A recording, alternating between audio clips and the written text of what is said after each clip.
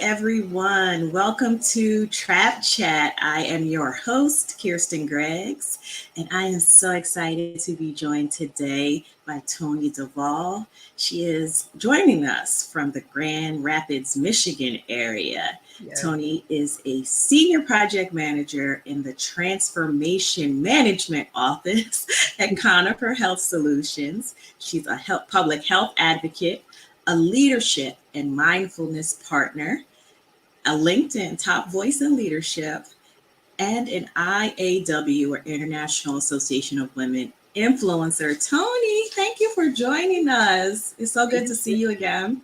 Good to see you too. I'm happy to be here on your podcast. Thank you. Thank you. No, thank you for coming. So we always start with the first question of your career journey. So please share your career journey from graduate intern to senior project manager.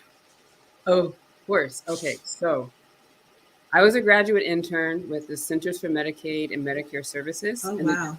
the Division for Fee for Financial Services.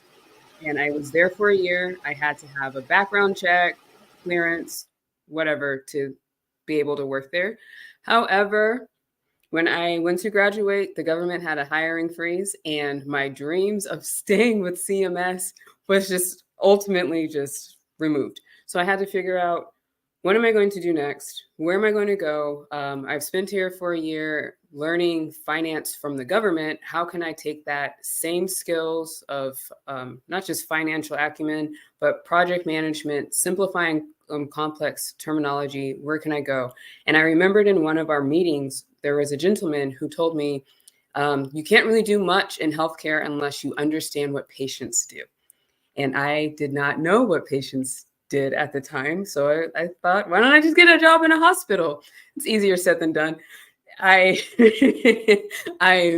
moved to New York for a relationship at the time, and we were living in Harlem. I got off at the 135th stop, and when you get off on the 2 or 3 line, you're at the hospital. So I got off at Harlem Hospital. I've never seen it before, and I was like, I'm going to get a job there. That's going to be the hospital where I work. I don't know anybody in Harlem, but I'm going to get a job in Harlem, and it's going to be amazing. And I applied for an associate director role with the Breakthrough Development Office, which is essentially like a PMO, just another word. And I did a very intense interview, got the job, and I was like, okay, I'm doing it. Like, this is my goal. I graduated from grad school. I'm in a hospital now, and it doesn't work like that. I had to understand, what am I doing now with all the skills that I learned in school with CMS? How can I bring that to a city hospital to help enact change on the city level? How can I learn from these amazing researchers? Because Harlem Hospital is an academic research facility. There's a simulation center there as well. So how can I make the most of my foundation career in healthcare? And I just sat in every meeting. I asked every person every question I could. And when it came time to leave, I didn't know what I wanted to do next. So I took a break for just well-being, working in a hospital after, especially a public health hospital. And I did not come from a public health background. It was very different. So I needed some time to just breathe, remind myself what I wanted to do on my path. Is my ultimate goal CMS, or is my ultimate goal somewhere else? Do I want to be in revenue cycle? Do I even want to do finance still? Like, what do I want to do? Still love money, still love finance. So I applied to Conifer Health Solutions, and now I am a senior project manager with the company. Awesome. So you mentioned something there, and I want to touch on it. You mentioned taking a break. Yes. So many professionals, especially those in demanding fields like healthcare, experience burnout and fatigue. Yes. Can you share your thoughts on the importance of taking a health and well-being career break like the one that you did, and how such breaks positively impact both long-term career performance and personal growth?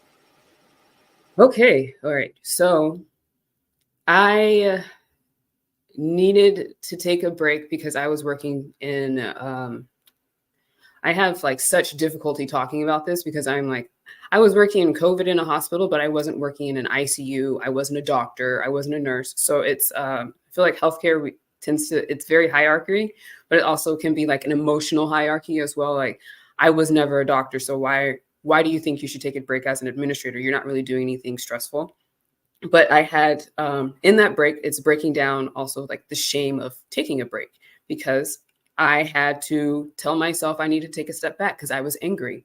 I did not want to listen to people. And that is a very important part of project management, is listening to understand, hearing people, connecting with people. And I didn't want to do anything with a person. I didn't even care about patients at the time. And that was really ultimately why I got into it, was to understand how patients saw things and how they felt. And so with taking a step back, gave me time to reflect on what was important. At Harlem, I learned after I got married, the most important thing in my life now was not work, it was my family.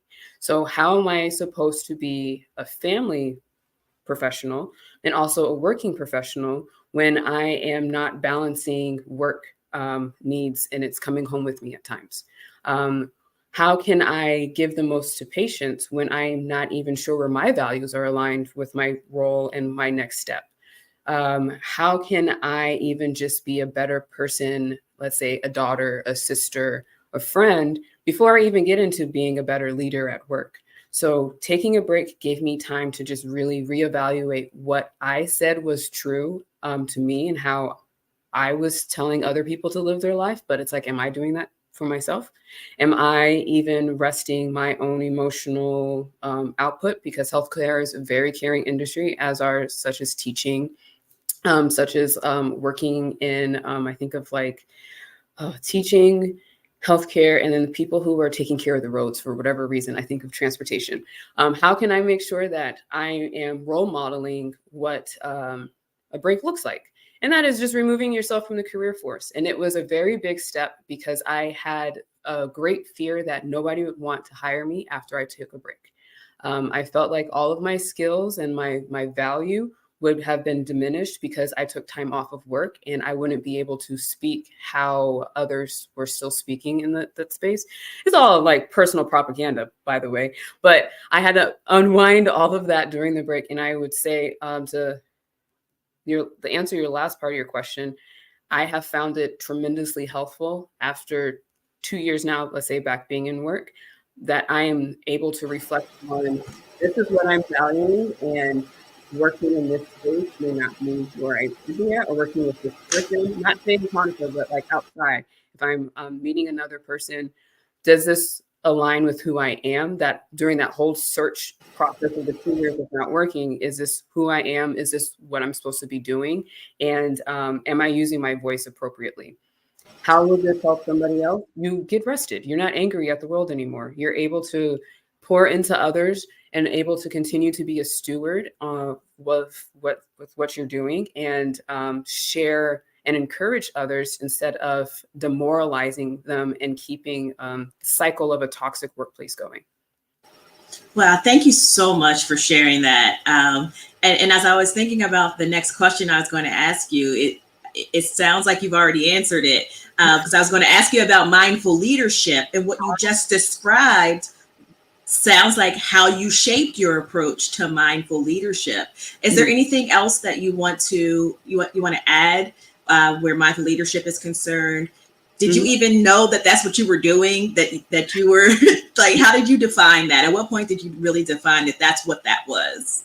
I had defined it as a shame breaking exercise. How can I be a strong person, but also take a break? How can I move past the fact that things can still happen when you take a break? You're not quitting, you're just resting. You have to do that. Even I'm a gardener, so I think of like a garden. Gardens rest in the wintertime. They're not always producing. So you have to have a season where you're just in rest and you're restoring.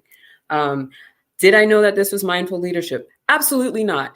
I didn't know that there was an entire sphere of this. I thought this was regular leadership. And I'm just like, what do you mean you're being a human-centered leader? What do you mean you're talking to people more? And I didn't know that these were terms. I'm just living my life. So I will say about mindful leadership, it's the base of being a conscious leader. And mindful leadership is about self-leadership. So when I had to take a step back in leadership to understand what exactly is a leader, where can you find a leader, who are leaders, and we're all leaders at some point. You may be a leader in your neighborhood. You may be a leader in your family. Like family, per se, I think of a gentleman I met during my time off. I worked at Sam's Club pushing groceries to people's carts because I just needed to be active and to think. I met someone and he told me every time that there's something going on in his family, they come to him. And I was like, are you like the older sibling? He said, no, I'm not, but I am the leader in the family and that's who they come to. So mindful leadership, especially after talking with that person, helps me, not just me, but helps me to explain others to like, this is your foundation from going from everything's happening to me to I am contributing to this entire situation. We are all impacting others positively or negatively, whatever we think. So if I'm going to make an impact on your life, Kirsten, I hope that I leave you feeling real charged, restored in a way, positive, you're like ready for the day. And that spills into everybody else who you're talking to. Instead of me coming at you in my anger state, which I was several years ago, and I'm taking it out on you. And then like, because you're annoyed with me, you're now taking it out on potentially a person in your life. And then that person ends up taking it out on somebody else. It's just a whole domino effect. So yeah, I'm still learning. There's so many people who have been doing this. I've learned since the 80s and 90s. I've met so many wonderful individuals who have been researching this topic. But I'm just like, I thought this was a regular leadership thing. I thought everybody did this. I love that answer as well. So we're going to stay on the topic of leadership. Okay. And you are recognized as a top leadership voice on LinkedIn. Mm-hmm. What strategies would you recommend to others who are looking to effectively showcase their accomplishments and build meaningful professional connections? Okay, so I guess I'll speak to the people who may feel like myself, who are a bit humble and you don't want to showcase your things. So going back to being a graduate intern with CMS, I wanted to work for the government, and I've always just wanted to work for the government, but the government's very low key. You're very like off the radar. You don't want to make a big splash or anything, but when you're in government, you know who's in government. Being a top leader voice on LinkedIn, having that badge was just very weird. It's still very weird. I'm like, what am I doing with this vanity metric? But for others who are wanting to showcase their ability, think of it not as you're showcasing your ability. You're just sharing your skills.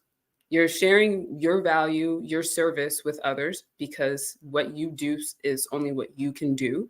And others do not know what you do unless you tell them that you can do it. It's not what is it? I think of like with LinkedIn, because it's a global platform. People don't know who you are when they go to your face. I guess I was going to say your resume, because that's what I think of with LinkedIn. When you go to your profile, it's your full resume to show.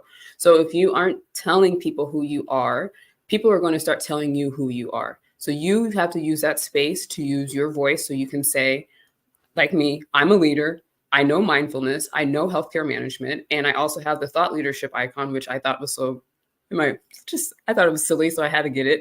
And just to say, these are who my skills are. So when we talk, you know what to expect from me, versus me telling you what to expect out of you. The only thing that comes to mind is when you're painting a picture and you are given, let's say 5 colors.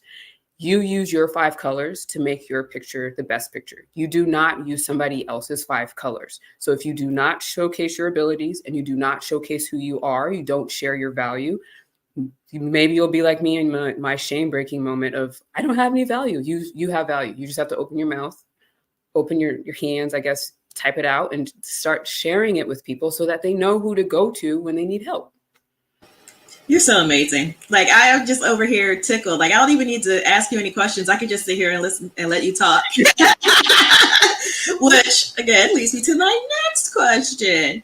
We met through IAW. We are both IAW influencers. Yes. But I would like for you to share how you leverage your platform to empower women in the healthcare field, or even outside of the healthcare field, because I think the things that you discuss and the influence that you have can extend obviously broadly beyond healthcare. And just are there any changes within healthcare or just in the workforce in general that you'd like to see in terms of gender equity and then leadership opportunities for other women? Of course. Okay, so oh man, using my IAW platform, I didn't even know when I jumped into this IAW influencer pool what I was coming into of such an amazing network of wonderful women. And I had been a member of IAW before becoming an influencer. So when I became an influencer member, I was like, oh, these are like normal people. I thought the influencers were like, I know this is like outrageous to say out loud, but I thought the influencers were some type of otherworldly group of people that you didn't really have access to. And now I'm like, oh, they're like people like myself, just farther along on the journey. Another waymaker that I have met who is inspiring, who is able to be a coach and is able to mentor and lead others to success as well. So how am I using my platform? I have acknowledged I have a platform. I have acknowledged that I'm building a community. That takes some time of like, it's like mindset. You have to challenge yourself as to where was I and where am I going now? So with that, I was also reminded kindly this summer that I am a professional on LinkedIn. So with being a professional, and being an IAW influencer, people are looking at me differently, just like I was looking at you differently at one point, Kristen. It's like, I can't talk to her, but how can I make myself approachable, but also not so approachable that it is I think of social media, what is it, like it's like the fake social connection. I can't think of the term, but I'm mindful of that because I'm a big consumer of content. So how can I say and share things appropriately in healthcare that is not giving an impression of inauthenticity? So when I meet someone in real life, we are able to still have a conversation, and who I am online as I am in real life. What does this look like for healthcare? What I share on my LinkedIn, which is where I'll be building my community. I'm only going to be on LinkedIn because that's going to be my social media. I can do everything I need to in one spot. I will be doing things that are healthcare related. So I have done a 21 days of mindfulness where I have shared some of my story and mindfulness techniques. I have done a 21 days of leadership, which was very much an experiment for me. I used ChatGPT and AI to make all the images. It was very fun, but I also am connecting with other people who are in healthcare. To answer your last question on gender equity in healthcare, I am here for it. I have attended so many webinars. I consume content. So I'm just here for stuff. So I have consumed so many webinars last year that were talking about diversity and healthcare leadership. How can we make sure that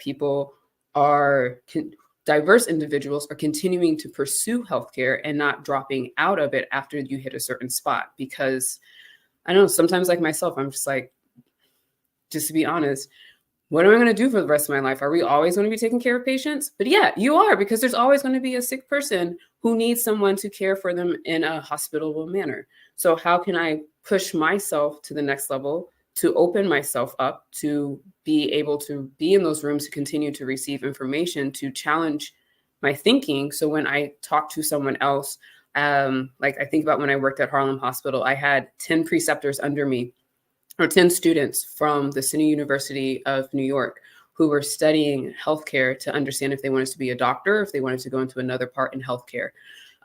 So how can I use my background and experience to tell them you should be here? How can I find, not just find, but how can I continue to align myself with other diverse individuals so that way when I am in the space of, do I want to do this forever? Yes, I do, because I met someone who's been doing it for 65 years and they were the only person in their room that was a diverse individual. So like, why would I say stop now when we have to keep going? Patients aren't just one type of demographic. Patients fall under a huge wave of people, and it's people like myself, people like yourself, let's just say, as an example, in the revenue cycle space, who are able to give stories and to speak to people who are in those rooms where decisions are being made. So that way you can say, yes, that may be a great idea for this one facility, but what about the other facility where all the patients have to now take the bus to get there? The other place they can drive and they have their own parking garage, but that doesn't exist there. So like, what's going to happen to the staff or and the patients when they come? Just like, this is a very silly question, but that's just what I think. And I also am fascinated. I'm currently just fascinated by the global health space. So looking at other countries where they have a like a mandate of how many women are going to be on a board or how many women leaders that they will have to make sure that there's a balance in perspective between the males and the men and the women during conversations, so all voices are heard.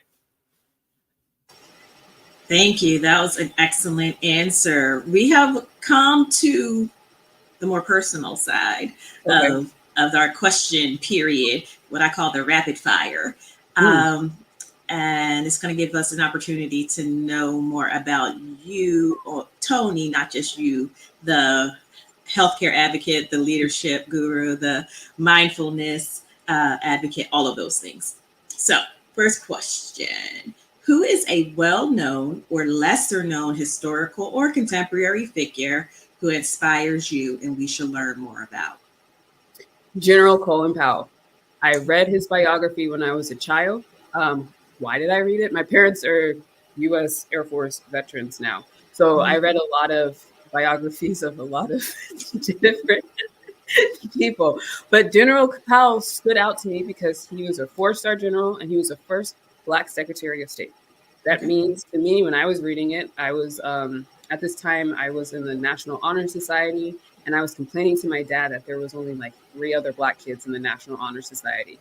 And he was like, oh, you got to meet Colin Powell. And I'm like, why do I have to meet Colin Powell? And then just reading about his life of, you are still who you are culturally, regardless of the table that you're sitting at professionally.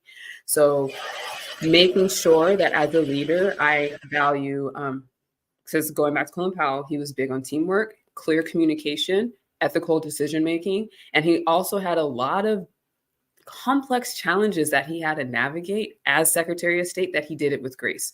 I didn't see his name in the news doing some wild things. I think people lose that sometimes with leaders because leadership is based off of your values and your ethics. And at times people like to say like, oh, it doesn't really matter if they're like doing that. But yes, it does, because that person is in charge of something or someone, and how they are doing makes it now an allowance for other people to do. They set a new standard. So General Colin Powell, I'll say honorably, Condoleezza Rice as well. I read her biography. I got into lots of heated discussions with that in Harlem. And it has nothing to do with political party background. It just has to do with someone as a representation as to they have navigated multiple challenges, have been in spaces where there have been other people who may have said that they shouldn't have been there, and they were still there representing for all voices, making sure diversity was heard. Love that. Love that. What fictional character gives you a glimpse of yourself? Okay, so in college, I watched too much Last Airbender, like way too much of Last Airbender.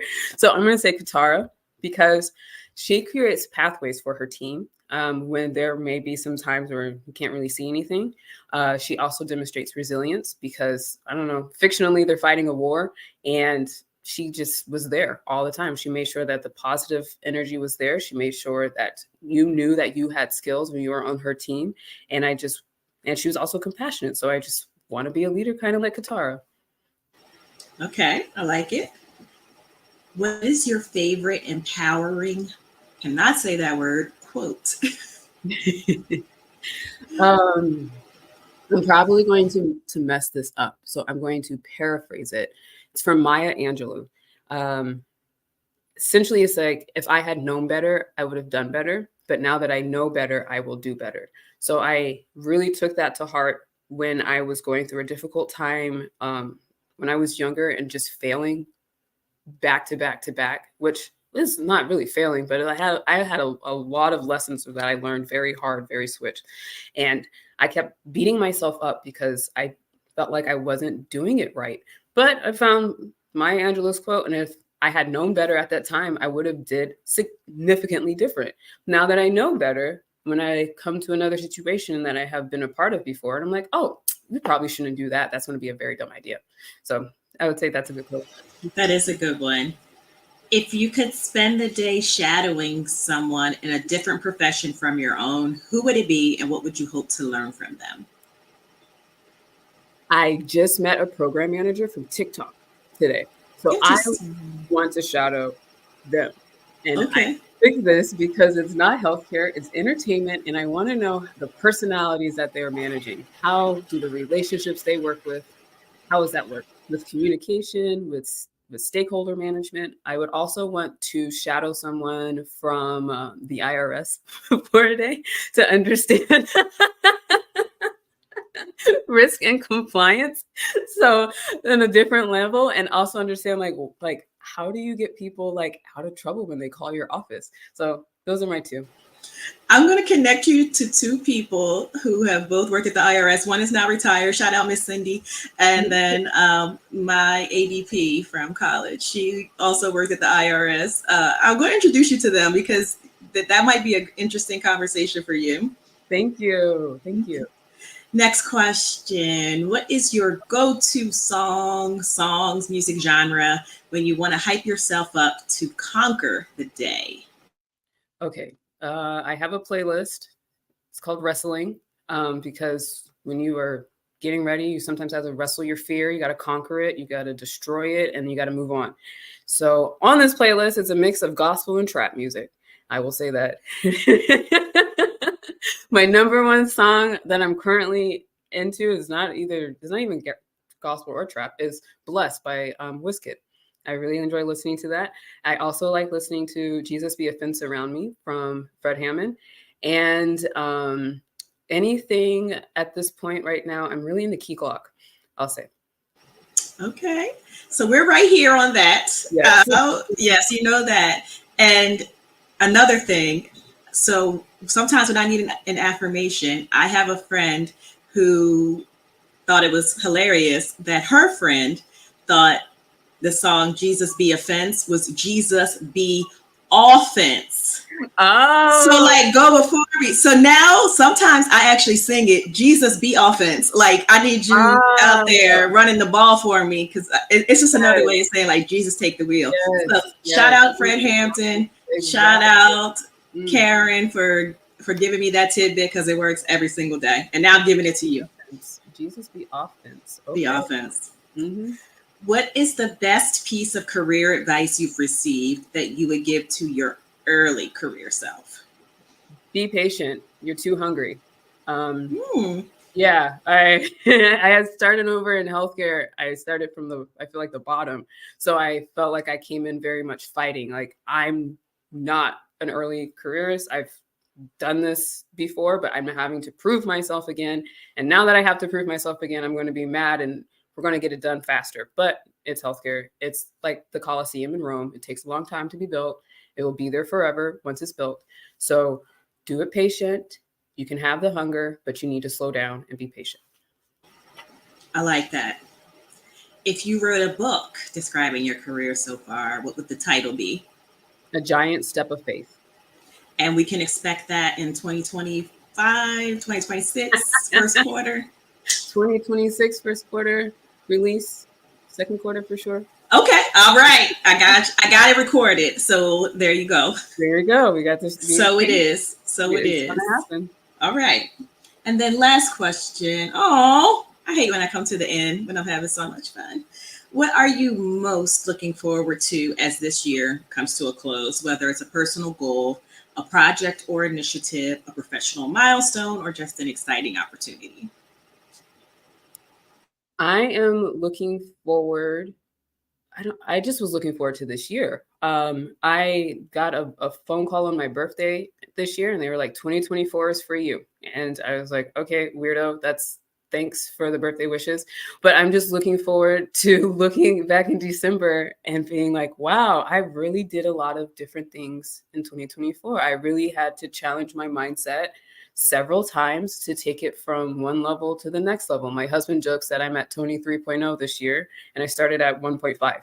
So it's been a very much like a lot of stuff. I'm also will say I'm looking forward to growing more of my community now that I understand that I have a space. So I'm looking forward to growing my community, connecting with people more, and setting up a stronger, I guess I have to stop saying this at some point. I keep thinking like I got to set a foundation, but I already have a foundation. So I should probably put a pillar up on this foundation at some point. So maybe 2 or 3 pillars on the foundation of for my next year, things that I will be planning, places that I want to go in 2026, have to start saving and making plans for that in 2025. Oh, yeah.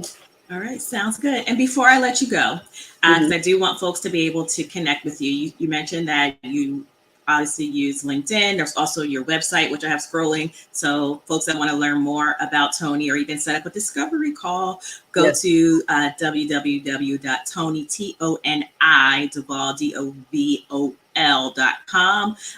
You can reach out to her there, and then of course go to her LinkedIn, and then share where they can find your information there. If you want to share your LinkedIn with everyone. Yes, my LinkedIn is Toni DeVol, ToniDevol. The V is capitalized. I don't know if that makes any difference or not. If you go to my website and you want a discovery call, just know that I will be your thinking partner. So please let me know what we will be thinking through. If you have material that I need to read, I love this stuff. So it's not even like a burden to me. Don't feel bad. Send me stuff. Be like, I have questions. I don't know about my next steps, or I just want to talk this through with someone. I'm your person, because I love it. I love coaching, mentoring, developing, making sure that you are being your most successful self. I'm your person. All right. And I know that you're kind of on a break right now, but is there anything coming up that we should be looking forward to? Another 21 days of something, maybe? Yes, I'm bringing mindfulness back. It'll be my third time this year. You got to keep iterating until it gets to the point where you're at a level of like, I can keep this on my shelf and I will pull it out when I need it as my tip. But I will be talking about mindfulness starting in the foundation. Why are we doing mindfulness? What is mindful breathing? What is active listening? There won't be so much personal stories about me. So if you want to read those personal stories before I start posting mindfulness, please read it now on my LinkedIn, because I am a person who removes content. If it's past my time, it's archived. So you will see just the second series. You won't see the first one because I don't really like that. So mindfulness. And then in November, I should be doing healthcare transformation. And then in December, I'll be doing another healthcare transformation. So every month I do a 21 days series so we can all grow together, because 21 days takes as long as you need a habit. And other than that, just participate in the comment section and you'll have a great time. Make sure you go there. So go to get the personal story right now, and then come back for the next iteration. Thank you so much, Toni. This has been a wonderful conversation. I learned so much, and I'm sure that the audience did as well. See you on the next episode of Chat Chat, everyone. Bye.